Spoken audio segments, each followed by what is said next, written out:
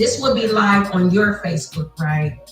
Good evening and welcome to the Drive at 5 on IntellectualRadio.com/iHeart radio station. I'm your host, Roman. We have a terrific show planned for you today. Please don't forget to stay tuned to IntellectualRadio.com/iHeart radio station after the Drive at 5 for Warriors Talk with Rochelle, 6 p.m. With love and inspiration, and check this out. She spreads throughout the week, Tuesday through Sunday, and she comes back on Monday and she do it again and again with a smile on her face. Check her out. 6 p.m. Warriors Talk right after the Drive at 5 on IntellectualRadio.com. Tonight, my guest via Zoom is a CEO and owner of RB Pest Solutions. And she's the second generation exterminator. Please give a Drive at 5 welcome to Robbie Smith. Welcome to the Drive. Yes. Did I pronounce it correctly? You did amazing. Oh, okay. You're the first time without having a meeting with my boss, okay? So please give IntellectualRadio.com/iHeart radio station your background. So my name is Robbie Smith, and I'm born and raised here on the south side of Chicago. And I am the owner of RB Pest Solutions. We specialize in commercial and residential property. And so your bed bugs, your roaches, your mice, your termites, any pests, any infrastructure that has pests, we are equipped to come in and get rid of them with a well-developed scope of service developed between my team and the owner. Okay, so what was the inspiration for you to become an exterminator? We don't see a lot of Black women that say, when I grow up, I want to be an exterminator. You know what? And I was one of those women. I did not say, hey, when I get older, I want to be an exterminator. My dad, he's the founder of RB Pest Solutions. You hear the phone in the background.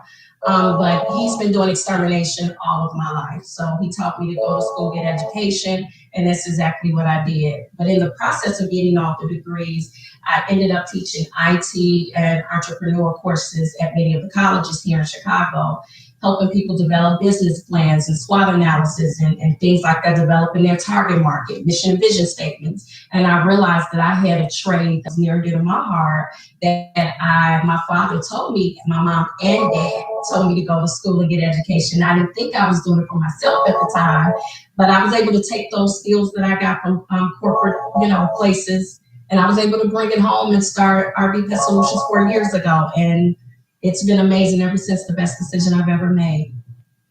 So you said you did a SWOT analysis, and that's something that's surprising to most people, especially in business. A lot of people don't do a SWOT analysis to analyze the competition. And I'm just ask you this question. Define SWOT analysis for us, and also what made you to do a SWOT analysis, especially in the Black community? Okay, so anytime that you're looking to open up a business, you have to look at the kind of businesses, you have to look at your business and the kind of business, is it a need for it? It's all about supply and demand. That's business 101, right? So you're looking to see what businesses are in a certain mile radius from you, look at their strengths and weaknesses, look at your strengths and weaknesses, because those things are going to help you develop how you're going to set yourself apart from the other businesses. So SWOT analysis are key. If it's, say, for example, you want to open up something in 60606, that zip code, you need to look at how will your company diversify itself within that area? How would they set themselves apart? And how many businesses within that area is doing well or not doing well, and kind of studying the market so you can develop your target market so you can know who to sell to and who your products are for. So a SWOT analysis is one of those things inside of a business plan where you're creating your executive summary, you're creating the mission and vision statement. All those things are compiled together so that you can know you have to study your business first before you go out and you sell yourself to people, because people believe that they know when you're not telling the truth or not. So a SWOT analysis is just one of those things inside of a business plan that helps you develop that.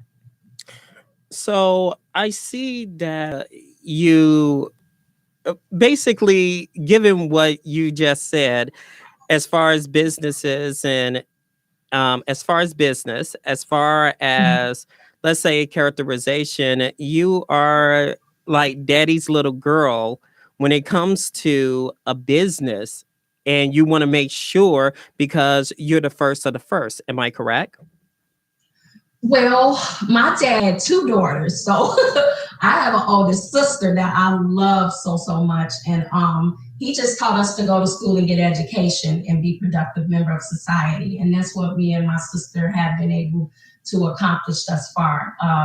And then that entrepreneur spirit that him and my mom installed in me, and watching my mom deal with the books and paying the bills and handling the bookkeeping part of things. They didn't actually have a company, but just watching them work together to take care of the two girls that they had, it just indirectly, it starts at home. It indirectly kind of was embedded in me. So all I did was go to school and get the education piece of it, get the jargon, the educational piece of it to package together. But I really believe my true education, it started at home. I just had to go get the certificates, to kind of bag it up. But it really started at home. Now, how long you been doing the pest solution, your own business?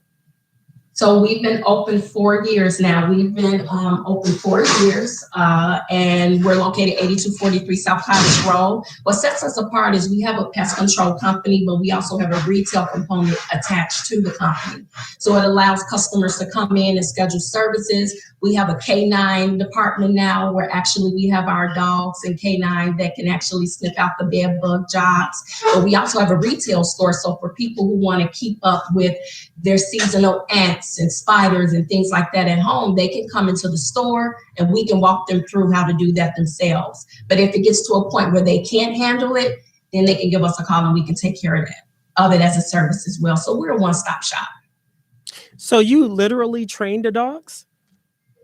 So yes, we have dogs. I have my own personal dog that is getting trained, but it's also a canine company that I've teamed with where they can train any dogs that we have, and then they have existing dogs that are already equipped to sniff out bed bugs as much as 2 to 3 units in a building. It's amazing what these dogs can do, and they're so super cute. So I'm just excited to bring many of those different, the retail store, the canine inspections, the different components that I'm trying to bring under pest control. I'm just super excited about.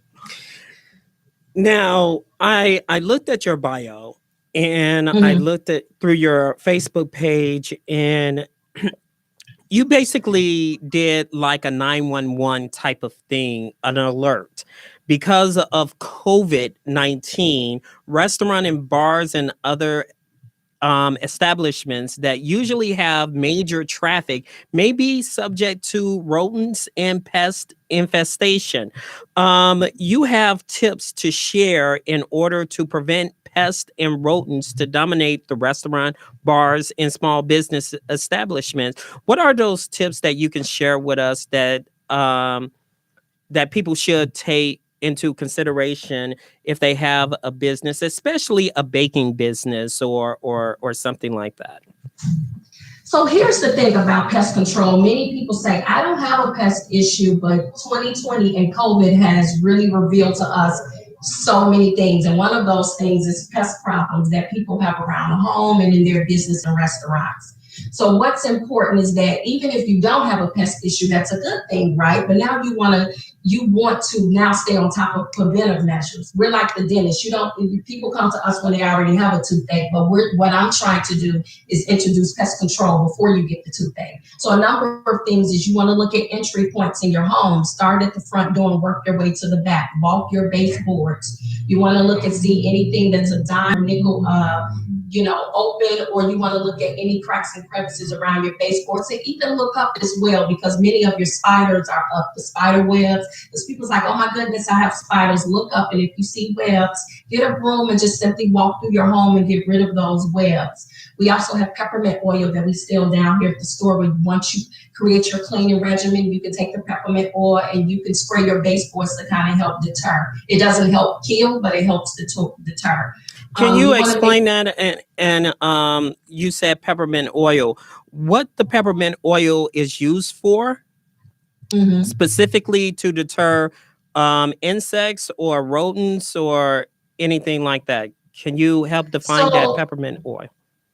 So with pest control, 85% of it is sanitation. And so we're dealing with pests where, for example, rodents are blind, so they can't see. So they use their whiskers, they use their bellies, they use their senses to get around your home. So they know your home better than you. So sometimes what you can do is you can use a peppermint oil, or you can use 91% alcohol with bed bugs. You can use certain natural things to help deter, which means kind of help irritate them, because it mess with their senses, and they don't want to go in environments where it's clean. Or if they go in environments where it's clean and they smell those things, they won't stay, because it's pests are seasonal. So they'll come into a shelter and they'll come into an infrastructure, but the goal is that you don't create a safe haven for them to stay. So you want food in all containers. You know how we place our rice and our cornmeal and flour up in the cabinet and leave it there? But guess what? Clover mice come from that. If you're not cleaning it on a regular basis, then pests, they develop from that. So the alcohol, 91% alcohol for your bed bugs acts as a repellent. If you have bed bugs, you can kind of spray that on things and it just acts as a repellent, like off.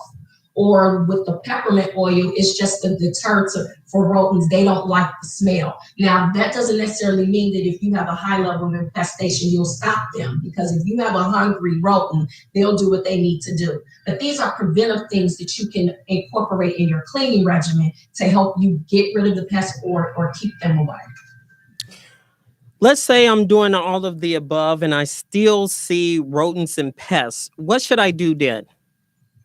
What you should do is contact an exterminator. Because here's the thing, I know extermination to the naked eye looks so easy. Hey, you all are going to come in here, you're going to lay some traps, some glue boards, and bait and get up out of here. But really, it's critical thinking. Licensed pest control technicians, we've taken the test.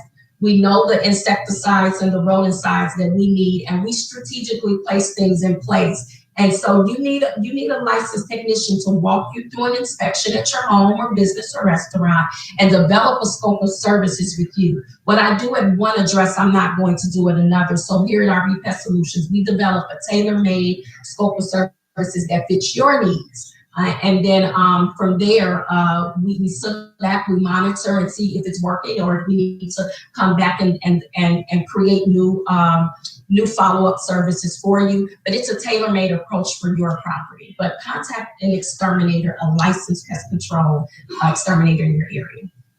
So it's the same thing. Let's say I'm a homeowner and I clean, wash dishes, I mop the floor, I sweep, I wipe the counters off, and I have a rodent problem. What am I doing wrong? You want to look at entry points at that point. You want to see, well, how are they getting in? So for me, I love to go to the basement and work my way up, because rodents, of course, bottom, and then they work their way up. And so you want to look at those entry points and seal the entry points. You want to seal, and then you want to put some traps down, because those traps is going to allow you to monitor behind your appliances, your refrigerator, your stove, your washer, dryer, just your utility closet. And you want to look at also the surrounding areas. How is the garbage being disposed in the alley? Is your neighbors don't have a lid on theirs? You want to look at, are you by a vacant building? Those harbor things. Do your neighbor have a pest issue and it's trickling over to you? Is it water piping issues? And here in Chicago, we are developing. We're buying up property, we're fixing it up, and guess what we're doing? We are disturbing their habitat. So it's just important that you look at all those things, and then you put a barrier around your home, your exterior bait boxes, and things like that to help you with your pest control problem. What if the rodents starting to get into or tamper with appliances, what to do? Well, that's a good question because 9 times out of 10, pests love dealing with appliances because it's the great hiding ground for them because they know that people clean up, but everyone's not putting back their refrigerator stove every time they're cleaning up. And then for roaches, roaches love to be by the refrigerator because guess what? Back there, it's a water piping behind your cabinets. So you want to make sure as a homeowner, a business owner, that you don't leave a place in your home undisturbed. You want to make sure if it's a place in the basement where you have your Christmas ornaments and you don't see that but once a year, you want to make sure you go down there, take some 91% alcohol and spray your tree. It's over 25,000 bugs that live in Christmas trees and live Christmas trees, like live. So you want to make sure that you do not leave places in your home undisturbed. You walk through your home, you sweep and you mop and you take the broom and you remove your spider webs for your centipedes and your spiders. Move things around in your home. Wipe down. That's key. Let's say I take out the garbage. However, I see the rodents are getting into the garbage. What to do? Well, what I would do is I would contact 311 because if it's city dumpsters, first you want to let 311 know that you have some rat activity going on back there. So then that way they can create a work order and the city can be on top of that. Then you want to look at everyone's garbage can and maybe, I know it's old school, but neighborhood clubs, block clubs, I know we haven't been able to get together due to COVID, but creating some type of regimen where people are disposing their garbage away from their home. Many people have their garbage like right outside their back door. When you want to place it outside of your garage, you want to place it feet away from your home. And you want to see how that garbage is being disposed. And if it does not have a locked lid, you want to get a locked lid for your garbage disposal. You want to take it out regularly. Make sure that you're not putting food inside of the can. Put it in a bag, tie it up tight, and put it in the garbage lid.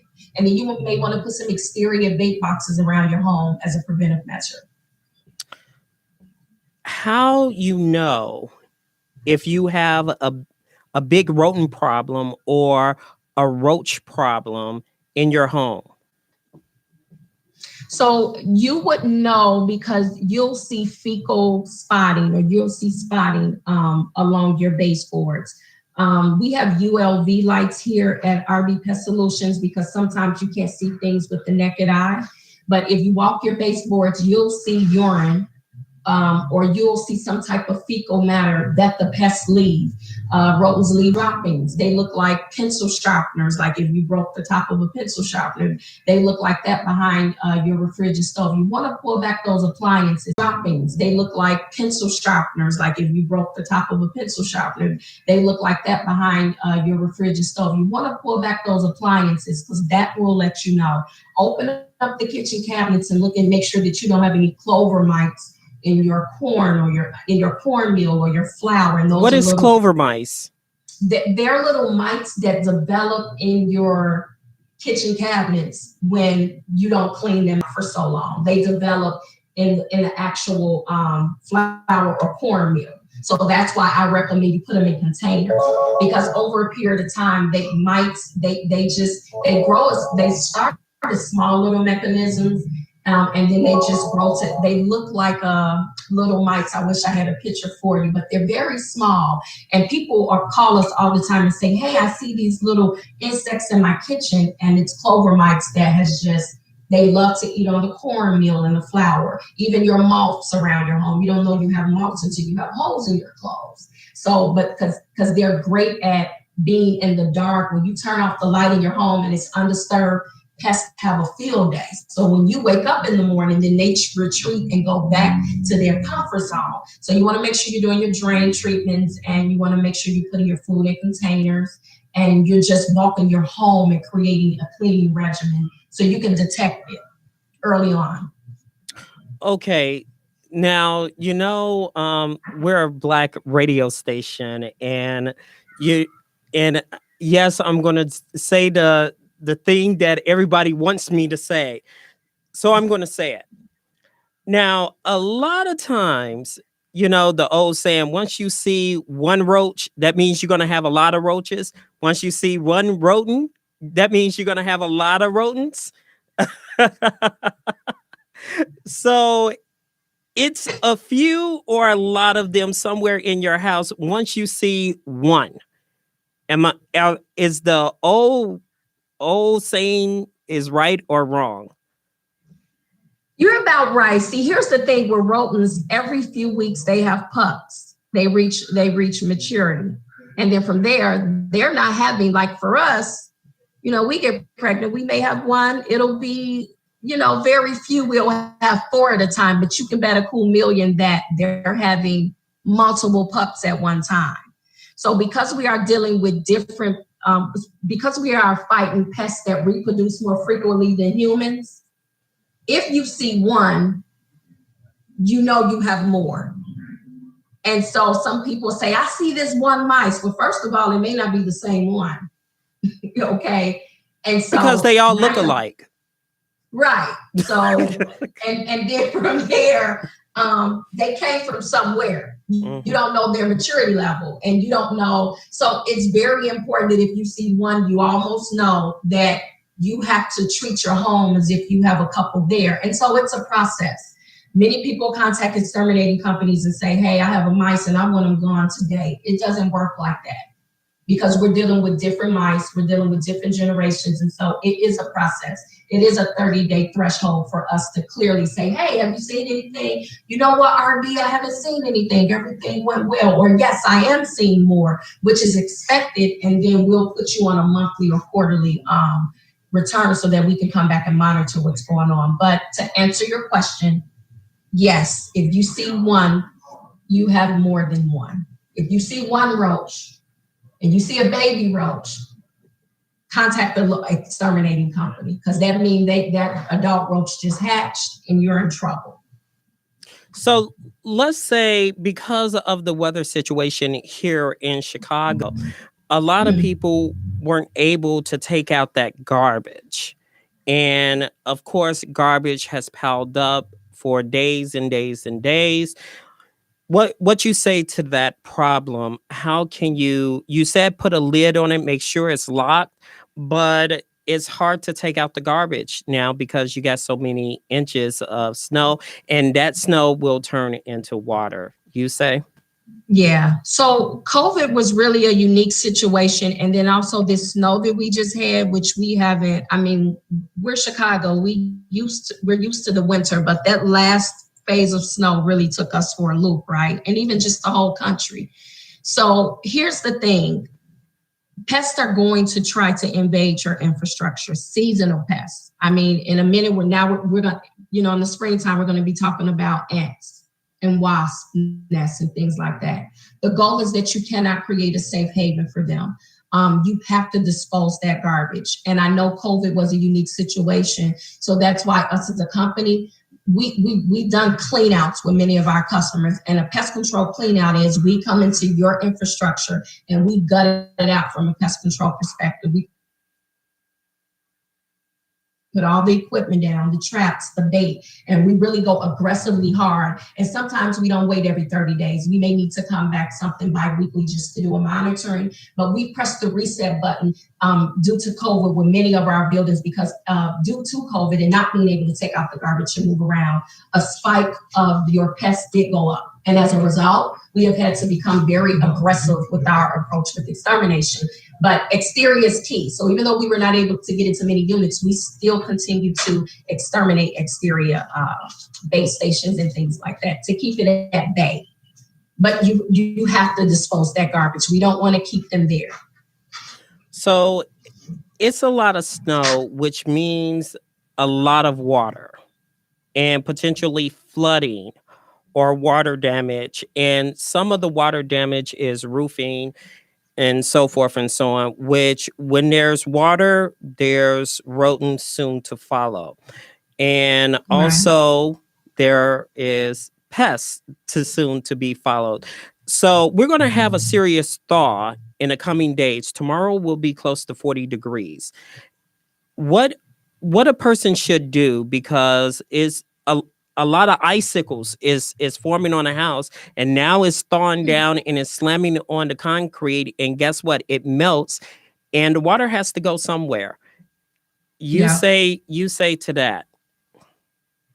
So that again is going to create a lot of problems when it comes to your insects and your drain treatments. And if you have a sanitation concern at your property and now you have water damage on top of it, then be prepared to, if you had cockroaches or roaches, be prepared to see an increase in that. So you want to make sure that contact the local exterminating company, because the thing is, if you don't have any traps or bait or any preventive measures down while this is happening, then you're continuing to allow them to increase in their life cycle. So you don't want to catch it to a point where it's highly infested. If it's something where it's lightly or moderate infested, then you want to contact the pest control company, get them there to put the equipment that they need there, the bait that they need there, so that while this is going on, it doesn't get out of your reach. But to not do anything, that's when you're asking for a high infested property. Earlier, you said a dime or a quarter inch to properly seal. How a person can seal openings in your windows or doors that, like mostly what a heating and cooling place would say a draft can come into. You say to that, is it a dime or a quarter or So yeah, so it's a dime or nickel inch for, or quarter inch, because they don't have bones or anything. So if head goes through for a mice, then the rest of the body will go.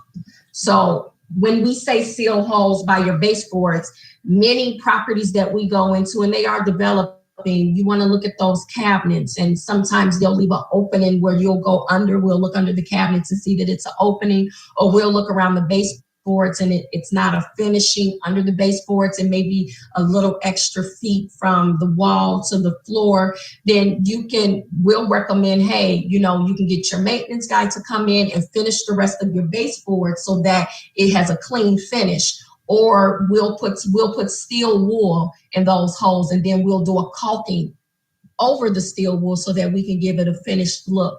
In terms of your, if it's coming out for behind your stove and fridge, we be very careful with that, because we're not heating and cooling people and HVAC people. So we want to make sure that we're not sealing up any points where you have to allow that draft. So we'll definitely speak with the homeowner and say, hey, this is something that we can't seal up, but how about you contact your HVAC guy or your plumbing and cooling guy and see if it's something, some type of chicken wire or something that we can put there to allow the draft to continue to come through, but also seal up that hole as well. So we're not just sealing up holes every time we see one.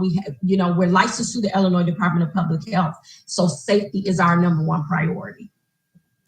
Okay, so please give IntellectualRadio.com/iHeart radio station where they can get in contact with you, the number they can get in contact with you, your website, and where your location is. So we're located 8243 South Cottage Grove. We're located right here in Chatham, and we're opening up new locations. I'm super excited. I'm super excited for the new locations that we're opening up, and also the new products that we have.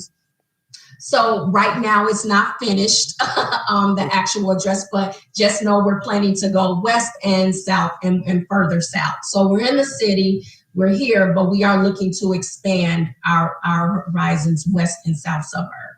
Also, we have products coming out. We have we use many insecticides and rodenticides from other companies, but we're so super excited to have products coming from actual RB Pest Solutions, a Black-owned company that you can use for your bedding, or you can use if you have a spider issue. So those are things that are coming up for 2021.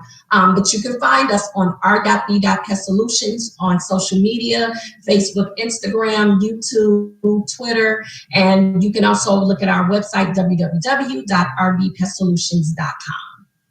All right. And our number is 312-217-9605.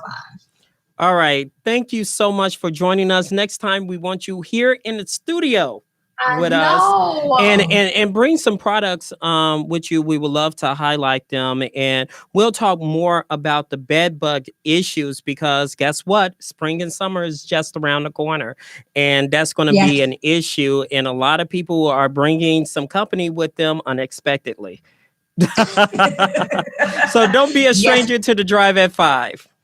absolutely. Thank you for having me. No problem. So when we come back on the Drive at 5 on intellectualradio.com/ iHeart radio station, the owner of Integrity, I'm sorry, I messed that up, fitness, on a fitness challenge that you can get into and shape your body for the spring. After this break.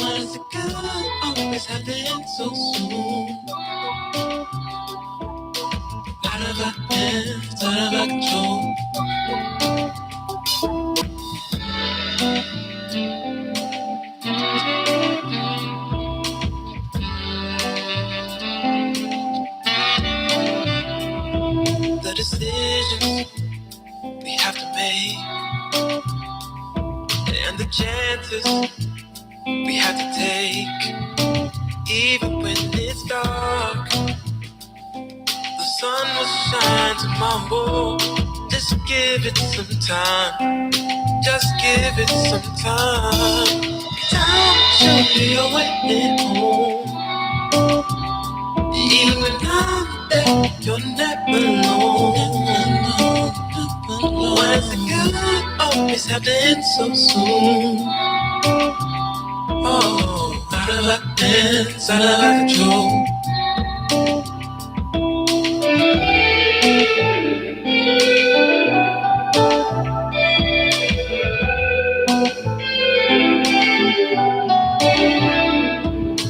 Out of our hands, out of our control. Out of our hands, out of our control.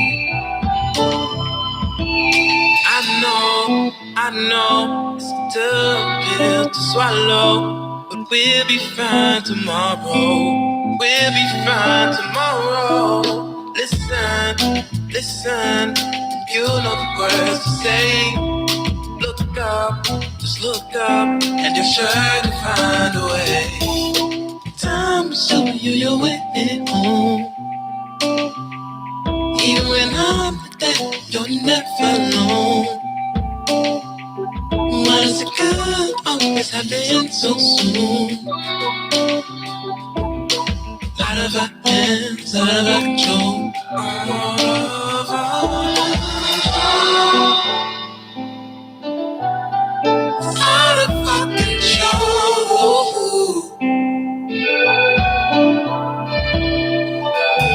Out of our control. Oh yes it is.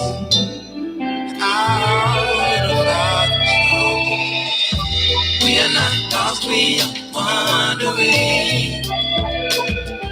Just trying to find our way. Yeah. Oh, oh, oh, oh, oh, oh, oh. Time to show me your way home. Even when I'm there, you're never alone. Always happening so soon. Oh, out of our hands, out of our control. It's out of our hands, out of our control. It's out of our hands, out of our control. Out of our hands, out of our control. Out of our hands, out of our control. Out of our hands, out of our control.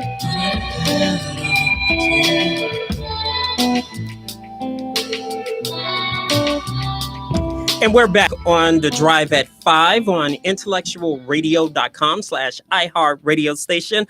I'm your host, Roman Morrow. How you doing?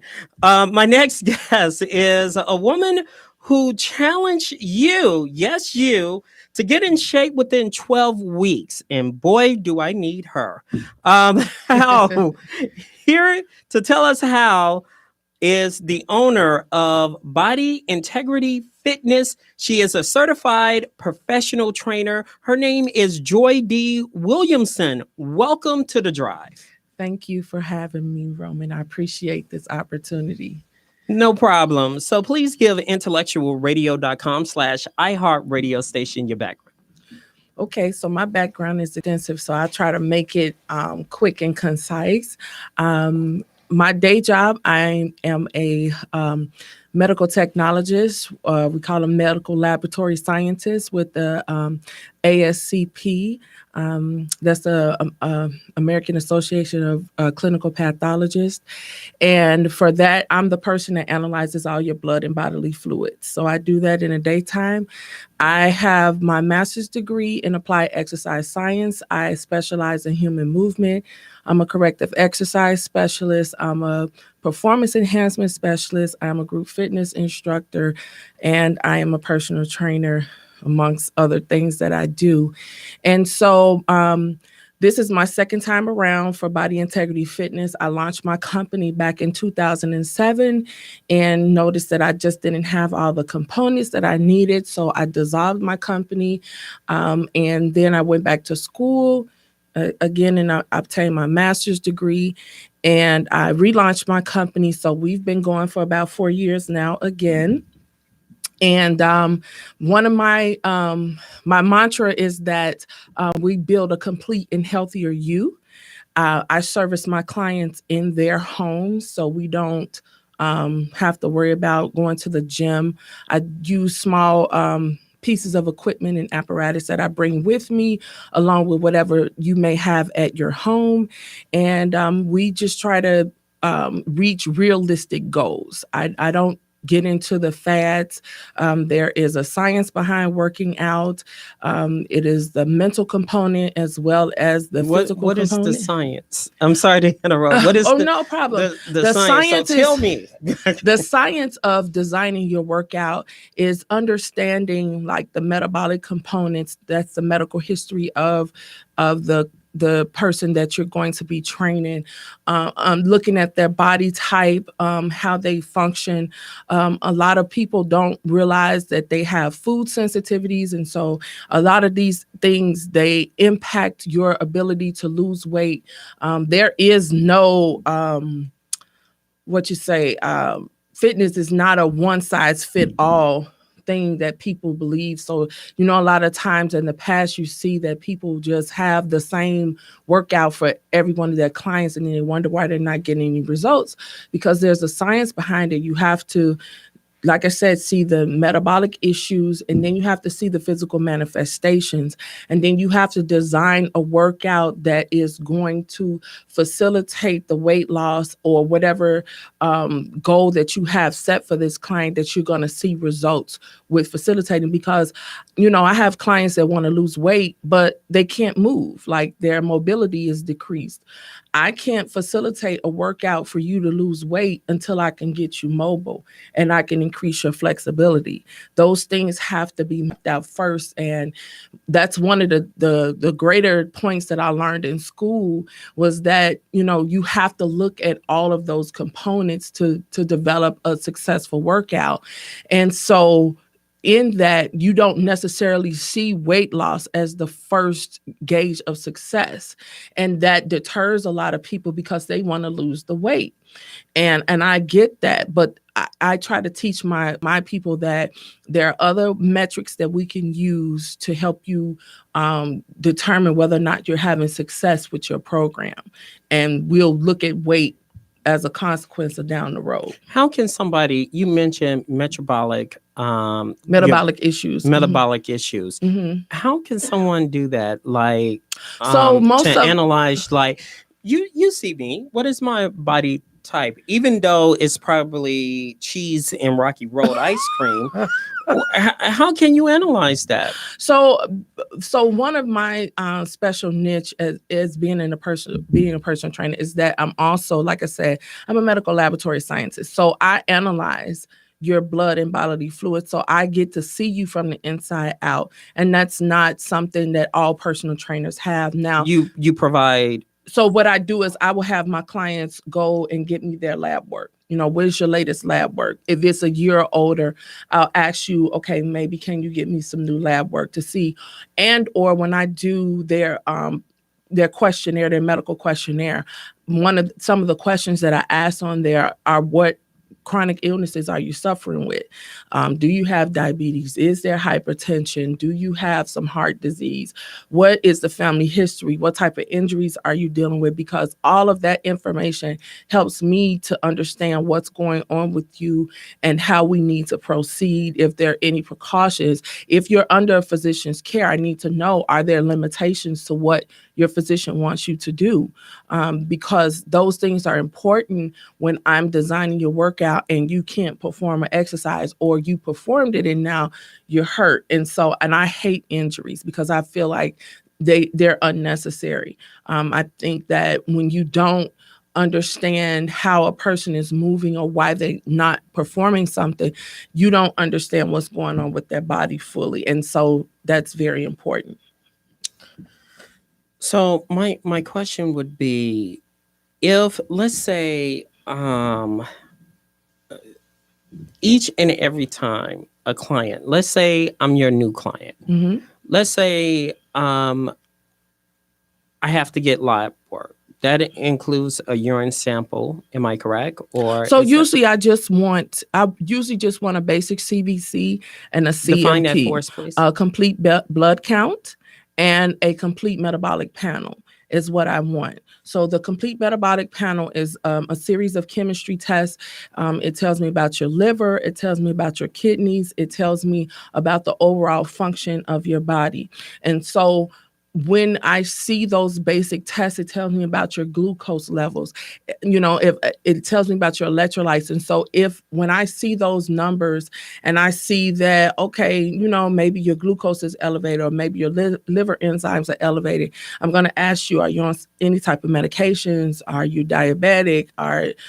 Do you have some other issues going on? Because sometimes people don't even know that they have issues, right? Because we sometimes, as Black people, we don't get our annual checkups because we have hiccups and hangups, which are reasonable to an extent about going to the doctor. We don't trust them, and it's understandable sometimes. But you have to know there are so many other Black physicians out here.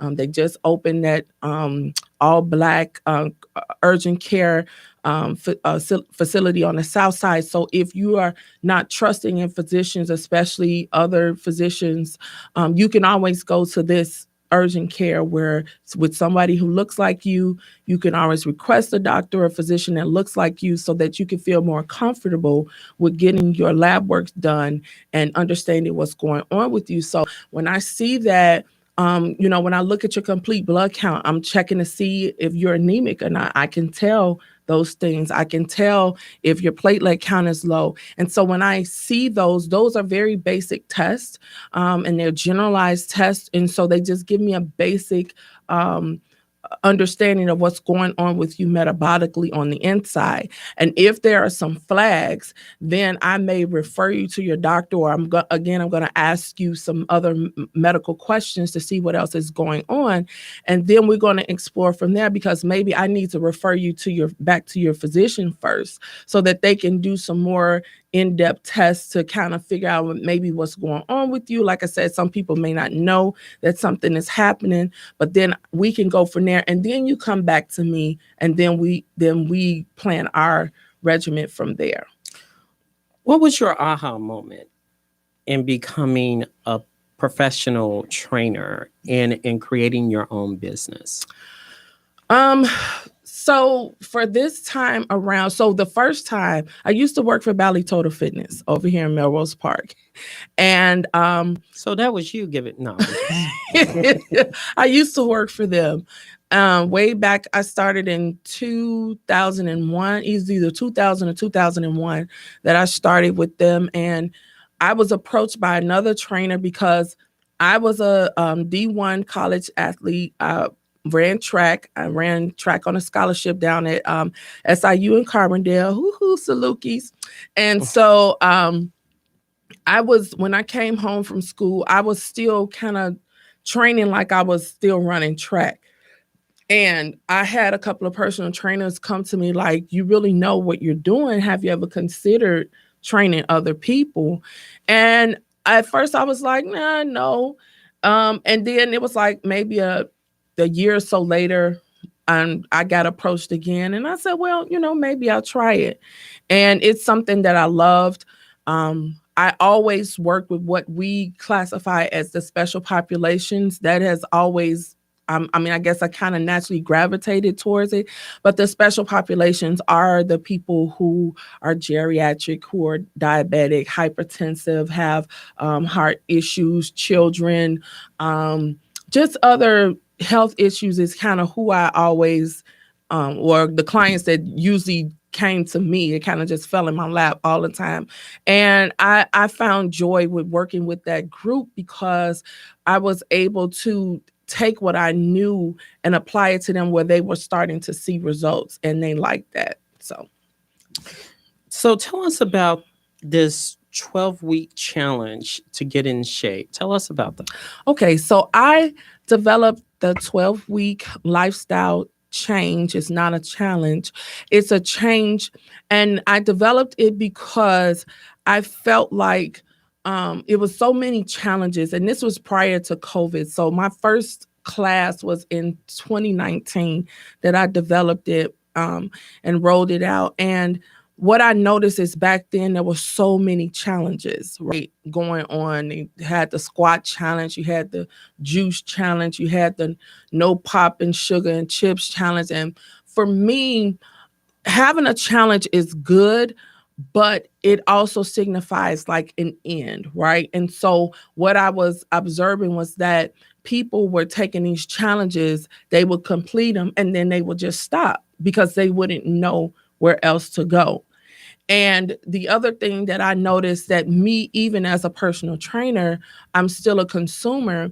And I had noticed even in myself that sometimes I would be unmotivated to work out, or I had excuses about why I wasn't working out. And I noticed that I got bored sometimes. And so, I'm thinking about this as a consumer and as a personal trainer, because then I'm seeing I'm seeing both perspectives for my clients, and having a full understanding of why they're not adhering to their workouts. And adherence was the other number one issue why I developed this program. And so what I wanted to, my goal behind the development of the program is for us to look at the psychological reasons as to why we're not adhering to our programs. We get very motivated. We start off and we take out of the blocks so quickly. And then, a few months later down the line, we've come to some type of halt, and it's all type of excuses. And I wanted to remove these excuses. I wanted us to identify them, because usually it's the same type of excuses. It's the same ones that we cycle through. What are those excuses? You're tired when you get home from work. You ran out of time when you got home from work because you had other things lined up. Kids, gotta cook. Events, you gotta cook. You ran over late at work. That for me is one. I worked late in the lab. And the other one was that you just don't feel like, you don't want to do it because people view working out as a chore, instead of understanding that it should be viewed as something that we need to do, as easy as brushing our teeth, as easy as eating every day, as easy as getting up and getting dressed and going. So that is the way working out should be done, because that helps us facilitate quality of life. Everybody is not trying to be a weightlifter or, compete in some type of sport. So everybody is not going to have that extreme workout regimen. And I get that.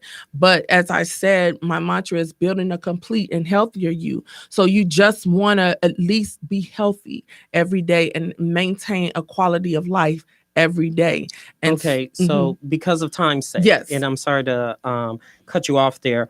Okay, Let's go down the process week by week. Yes. So people can have a complete understanding of the 12-week program. So week number 1 is the cleanse. That consists of?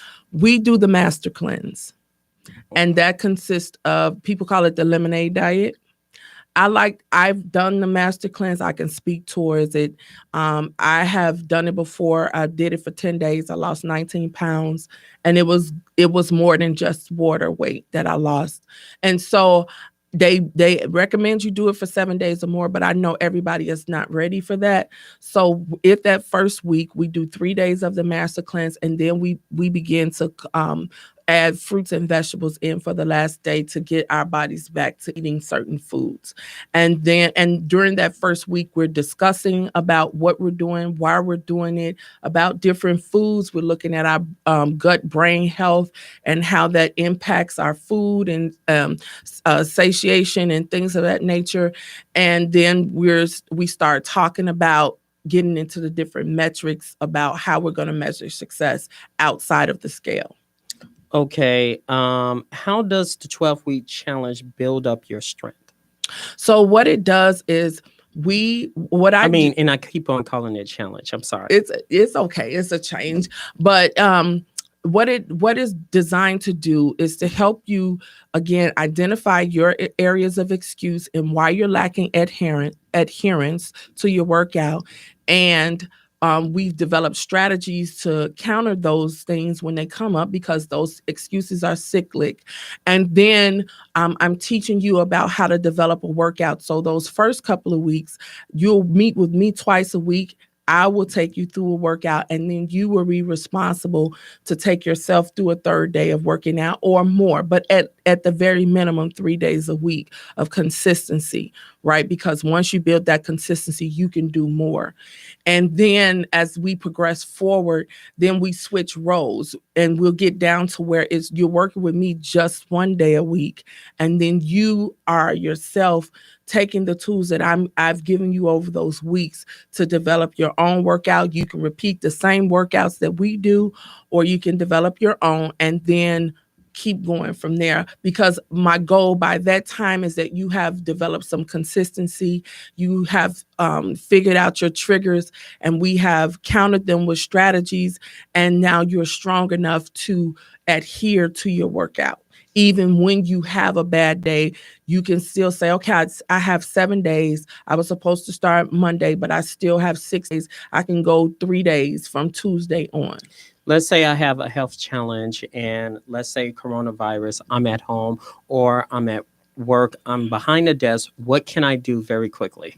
So at home, what exercise you recommend? At home, jumping jacks, squats, push-ups are the best calisthenics, what you can do at home.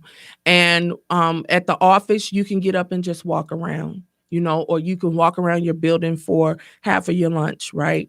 Or at your desk, just get up and stretch and stand up, march in place for 10 or 20 seconds, bend over, stretch, deep breaths. All of those things help you get your activity level up and get your blood pumping. Okay. So if people want more information, how they get in contact with you? So they can go to my website at bodyintegrityfitness.com. I am on Facebook at Body Integrity Fitness. I am on Instagram at Joy, and I think it's body_integrity_fitness_. I know on Instagram, just look for Joy at Body Integrity Fitness on Instagram. I am also on YouTube. I have several videos on YouTube that you can watch. Look for Body Integrity Fitness. You can text me or call me at 773-575-4512.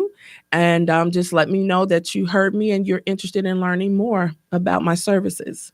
Okay. Well, thank you. And don't be a stranger to the Drive at 5. There's more to you than meets the eye. Thank you very much for having me. I stole that from Transformers. That's going to do it for us on the Drive at 5 on the IntellectualRadio.com. Thanks to Earl Winfrey, our executive producer. Wanda, who's behind the scenes. You guys have a wonderful. All right.